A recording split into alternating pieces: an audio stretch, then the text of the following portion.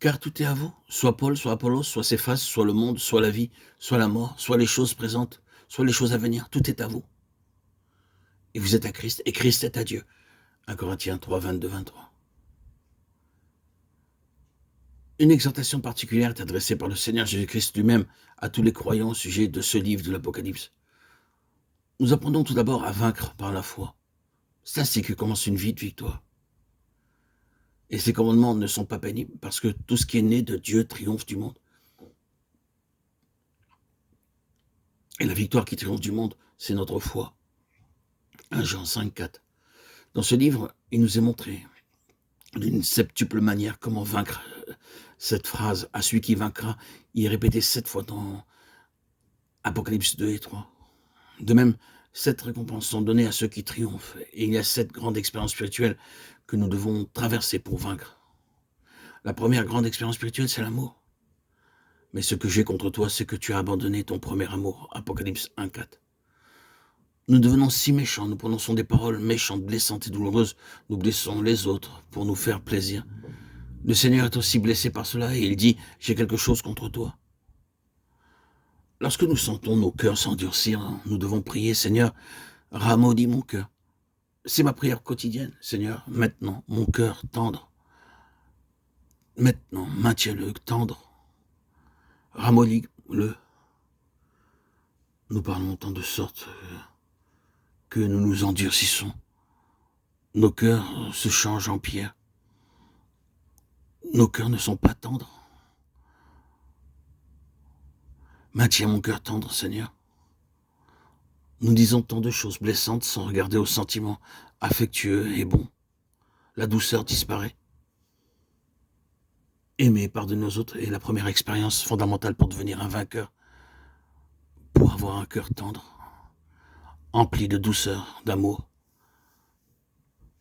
Un cœur ouvert, disponible, pour comprendre l'autre, saisir l'autre, vivre ce qu'est l'amour véritable.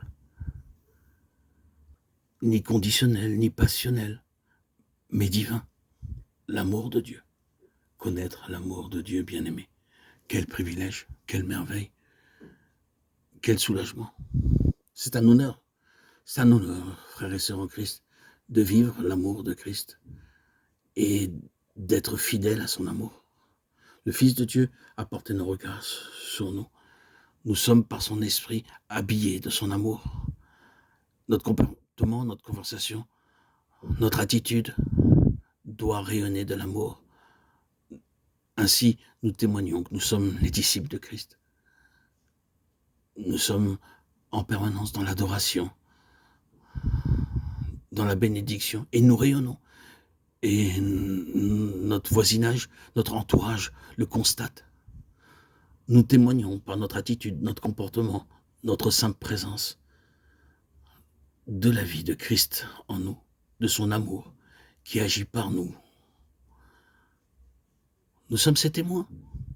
Quelquefois, sans ouvrir la bouche, nous témoignons que Christ fait partie intégrante de notre vie. Son esprit nous a saisis. On ne peut y échapper. Il est notre maître et nous sommes son serviteur. Chers enfants de Dieu,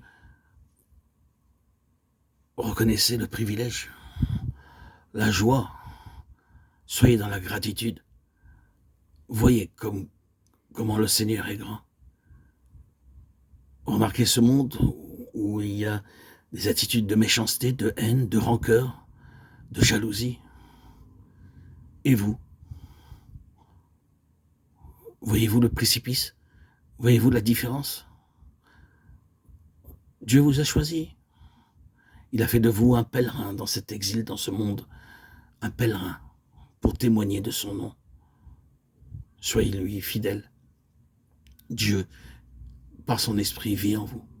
Cet esprit de vérité. Et qui vous a introduit dans le royaume et fait de vous des adorateurs, des héritiers du royaume.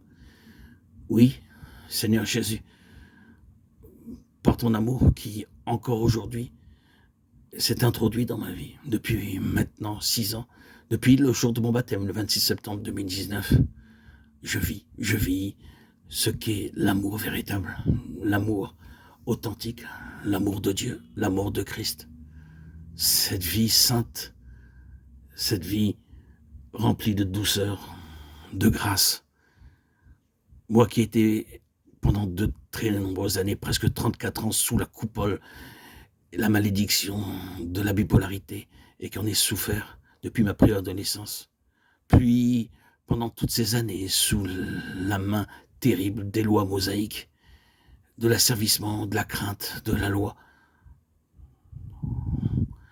je lisais régulièrement, secrètement, la Bible, le Nouveau Testament.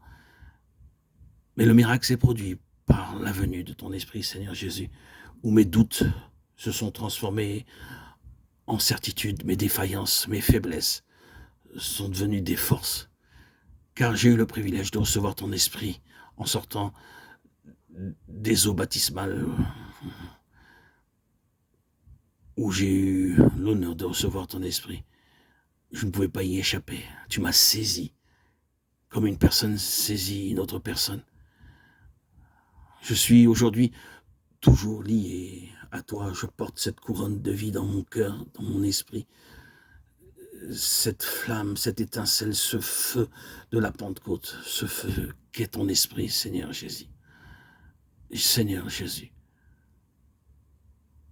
être en présence de ton esprit, c'est être dans l'allégresse, la joie. C'est le jour où apparaîtra ta gloire, la plénitude et la réjouissance de mon cœur. Toutes mes souffrances ne sont rien. Une virgule dans une phrase, une apostrophe, un apostrophe dans un mot. Rien. Un souffle. En comparaison à cet esprit saint, cet esprit nouveau, qui aujourd'hui encore emplit mon quotidien, me donne le goût de vivre, l'équilibre, cette musique douce, cette plénitude sainte, sans extrapolation, exagération, en sous-main, qui agit constamment, qui me régénère. À mon réveil, tu es là. Avant de m'endormir, tu es là. Dans mon sommeil, pendant mon sommeil, dans ces rêves merveilleux que tu m'accordes de vivre et de voir, dans ces visions célestes. Seigneur, quelle joie d'éprouver et de connaître ces visions célestes, cette connaissance. À toi, Seigneur, tout honneur, toute gloire pour les siècles des siècles. Gloire à Dieu au plus haut des cieux et paix sur la terre, aux hommes qu'il aime. Merci, Seigneur, de m'habiller de ton esprit et que mon attitude puisse être toujours en correspondance avec ce vêtement merveilleux qui m'habille et qui fait de moi ton serviteur, ton témoin, ton prédicateur.